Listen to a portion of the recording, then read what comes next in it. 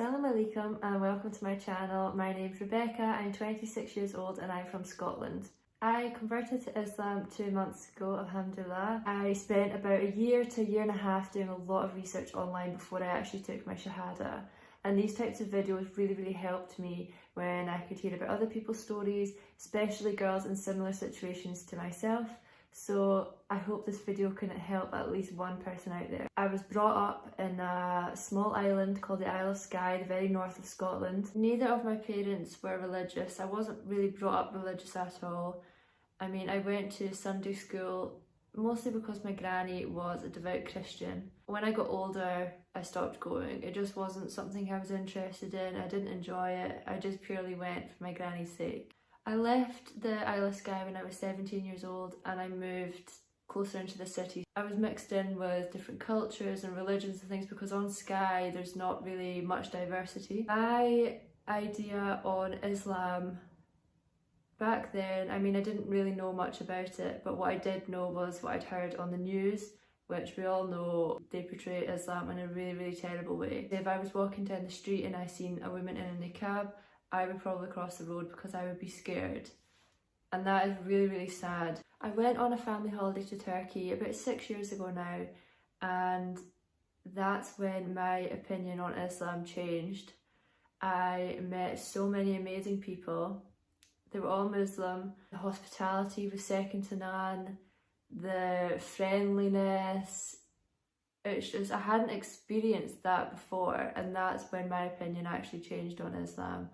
I still didn't think that I would become Muslim or anything like that, but my opinion from what I'd heard in the media to then being in a Muslim country had completely changed my idea on Islam. I had been to Dubai before I went to Turkey, but it was on a swimming trip. It was just literally going to the swimming pool and then back to the hotel. We didn't mix with anybody, you didn't really find out anything about the religion or anything like that, so Turkey really changed my opinion.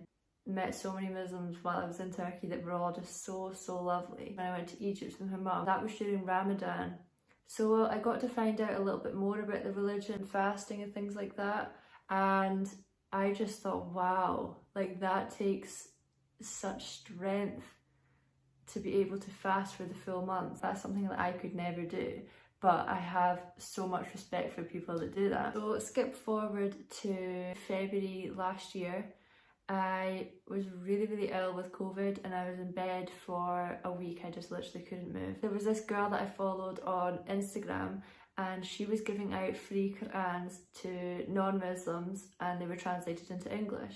So I ordered one of them, and to be completely honest with you, if it wasn't free I probably wouldn't have bothered. I just thought, why not? My husband's Muslim and I want to see what it's all about. We've been married for 2.5 years at the time. And I just wanted to understand more about Islam. Me and my husband, we're very alike. We do everything together, and this was the one thing that I didn't really have much knowledge about. So still with no intentions to revert, I just wanted to understand more and see why he's praying 5 times a day, why he has such a strong belief, because I had never seen that before in anybody. Quran arrived and I was really poorly. My husband came into the room and he was so emotional to see me holding the Quran. He said to me, you have to do wudu. And he explained to me what it was, and I was just too ill to even get out of bed. He goes, you can't touch the Quran without wudu. So I just put the Quran to one side and I was just too ill to get out of bed, so I just left it and it sat there for a few months. You know, life just takes over, we get so busy with work and other commitments. I got a CD Quran for my car. It would recite a little bit of the Quran and then it would say it in English as well so I could understand it. I would play that when I was driving. Wow, it made me feel so calm. I can't even explain it to you, this calmness. I just felt so content and like all my worries were just lifted. This is how I would feel. That was very special, subhanAllah. With it translating to English, I could really understand what was being said. So I loved the sound of the Quran and just the way that it made me feel. Even if I had like crazy road rage or something, I put the Quran on, instantly I would just feel so calm, and that was really, really lovely. I thought, wow, this is very, very special. August time came, me and my husband went travelling around Southeast Asia for 2.5 months. I decided to take my Quran with me then. I thought that it would be a good time for me to read. I finished the Quran within, I think, about 5 or 6 weeks, alhamdulillah. As soon as I picked it up, I just didn't want to put it down. I would read so much each night. I also learned how to do wudu. When I started reading it, instantly I had a different outlook on life. I started thinking about things more deeply. Before, I wasn't religious, but I always believed in something. I was agnostic. I liked to believe that there was heaven and hell, and that it wasn't just this life, that there was something past this life. But I just was never sure what, until I found Islam. Naturally, I started to implement the Islamic way to my life. I stopped wearing shorts, I kind of covered a bit more. I was just more mindful about the things that I was wearing. I'd stopped eating pork. I cut out alcohol as well. I wanted to be 100% sure this is what I wanted to do, because this is a lifestyle change. While we were away, we were in Indonesia, Jakarta, and we went to the Istiqlal Mosque. That was absolutely incredible. It's the 5th largest mosque in the world. I went in as a visitor. They were so kind. They gave us so much information about the mosque. They did a full tour. And then I met up with my husband. We were just sitting outside. It was so calm and peaceful. The adhan started playing. I have never ever heard an adhan like this in my life, subhanallah. I had tears in my eyes. It was so powerful. My husband went in to pray and I sat at the back. I was crying. I was honestly crying. To see grown men running to pray. There was hundreds of people came in to pray, but to see grown men running, I thought, wow, subhanallah, that is incredible. To be at that age and to believe in something so much that you're running to go and pray, I just thought it was just amazing. Made to feel so welcome in that mosque. Even though I wasn't Muslim, I was made to feel so welcome. That played a part in me becoming Muslim as well. One day, inshallah, I would love to go back as a Muslim and be able to pray there. Inshallah, that would be really lovely. After our travels in Southeast Asia, we went on to Qatar for the World Cup. Being in a Muslim country, as I was researching into Islam, was very special. We went to the Education City Mosque. Mashallah, that mosque is so beautiful. I could have easily taken my Shahada in Qatar. I was worried if I would still be able to implement it when I was home. So I spent some time at home. I knew that this was definitely the decision for me. Another thing that I was actually worried about before I converted, when I was still doing my research, was Christmas. Christmas has been such a big deal for me all my life. When I was growing up, it was my favourite day of the year.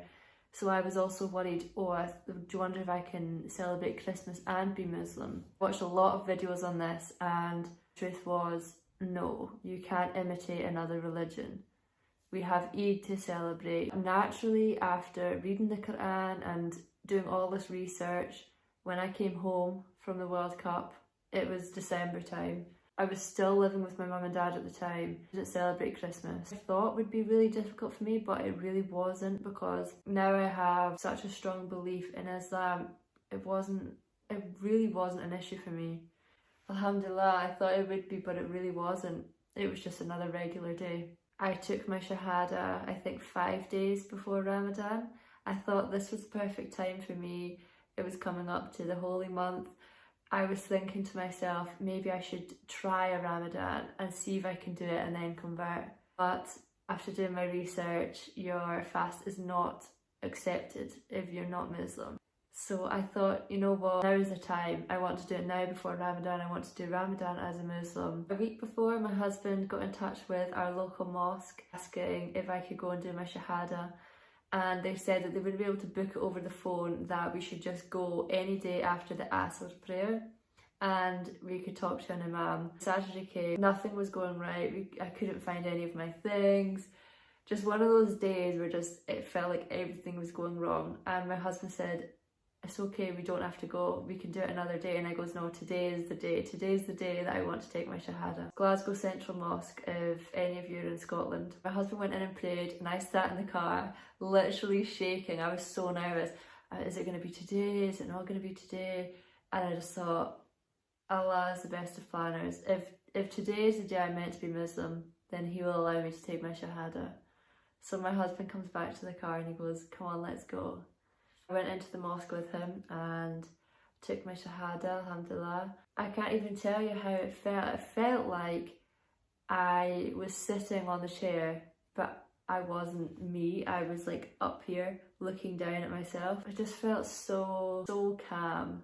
Like the way that I was feeling when I was listening to the Quran in the car, that's my feeling. So calm. And I just felt like I wasn't even in my body. I was just watching me say my Shahada. Ramadan came. I really enjoyed it. I thought I would struggle. I won't manage it. That's what I was worried about, if I couldn't manage it. Alhamdulillah, it was so great. I really enjoyed it. I didn't struggle at all. I work from home. I'm grateful for that. Alhamdulillah, I think that helped a lot. It was so amazing doing Ramadan with my husband. I've tried to do Ramadans with him in the past. One year I said, okay, I'm just going to drink water all day, but I couldn't even manage that, and after a couple of weeks I just gave up. Surprised at how well it went for me.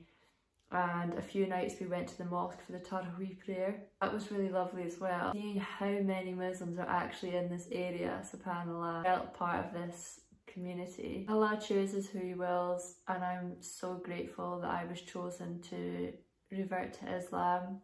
A lot of my questions in life have been answered. I don't have one single doubt in my mind. It's given me so much peace and happiness and structure to my life. When I was travelling, I made a lot of dua. All of my dua were answered, and I just couldn't believe it. I don't want to go into the dua that I made, but there was this one particular dua that I made. I thought that we were going to get it, but last minute it was cancelled. And I was really disheartened, but then something better came along. And alhamdulillah, we think that we are good planners, but Allah is the best of planners. Just always put your trust into him. He knows what's best for you. I hope this video can help at least one person, anybody out there that's doing their research into Islam. If you have any questions at all, just leave me a comment and I will get back to you, inshallah. Thank you for listening to my story if you got all the way through, and I'll see you in the next video, inshallah.